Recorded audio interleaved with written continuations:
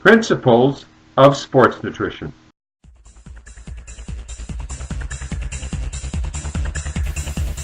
In the context of this tutorial, natural alternatives relates to natural substances, biologically active substances in the form of dietary supplements, or in Canada NHPs or natural health products.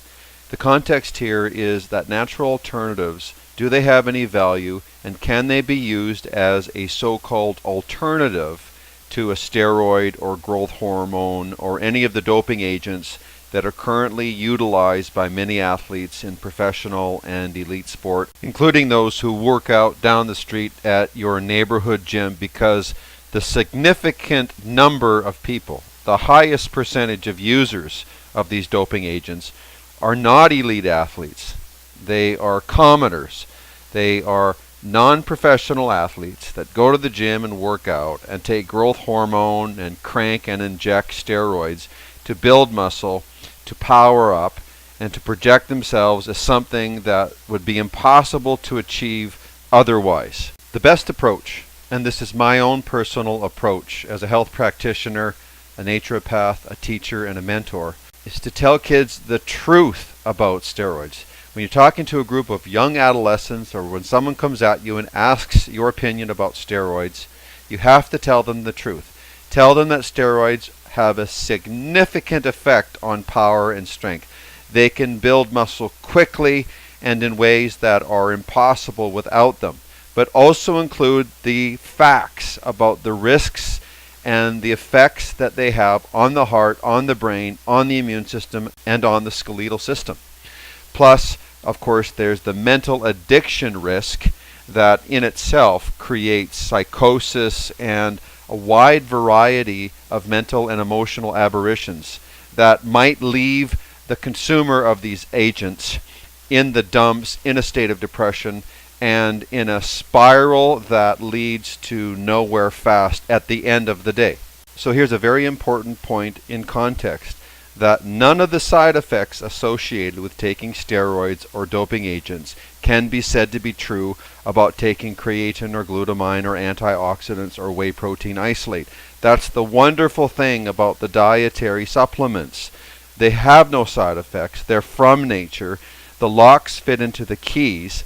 There's no risk of addiction, and you can take them for the rest of your life, as I have been taking them since the age of, say, 17 and 18, and now at 56 I can tell you that these agents are remarkably safe, remarkably effective, and in tune with science, in tune with a rational approach. Offer me and all those who use them, millions and millions of people worldwide who are taking these dietary supplements, as a safe and effective alternative.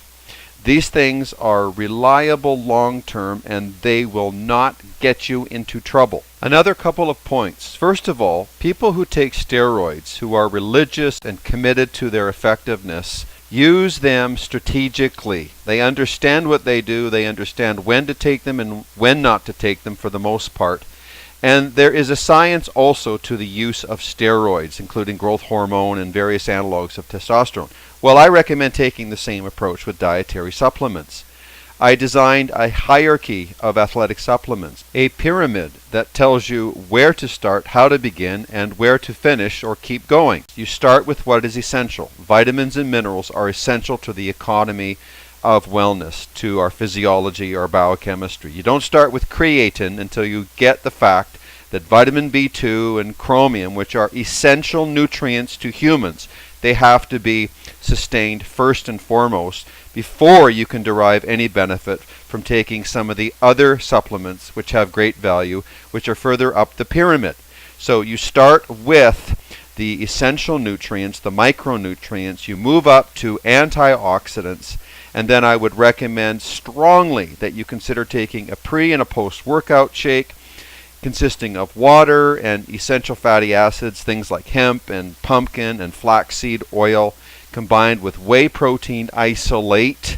Then you can add your creatine, your glutamine, your ribose, your spirulina, a whole variety of different mixtures, strong in antioxidant and micronutrient value. The purpose of which is just not to alter and mutate your genes, but to support the genes that you have so that when you do work out, the response is maximized in favor of wellness and health.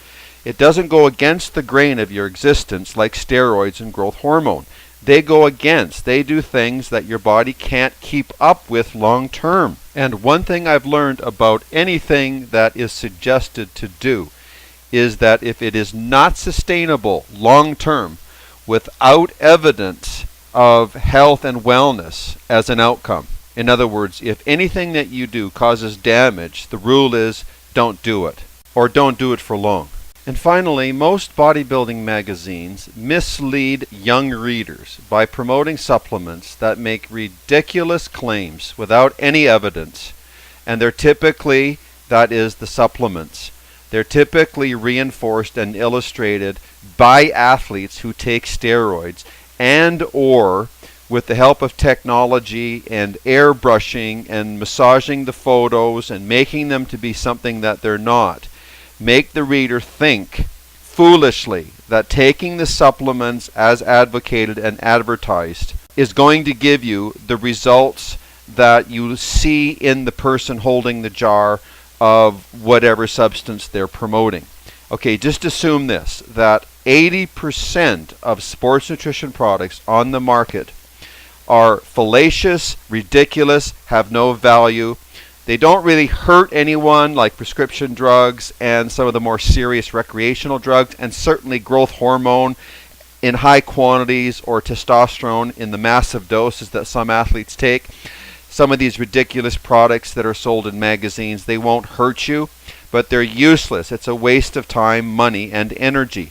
This is why we need to lean on science, rationality, use our brains, and have a background in science, the methodology of science, so that we can differentiate between the wheat of what works and what is actually real, and the chaff of what is useless, irrelevant, and harmful.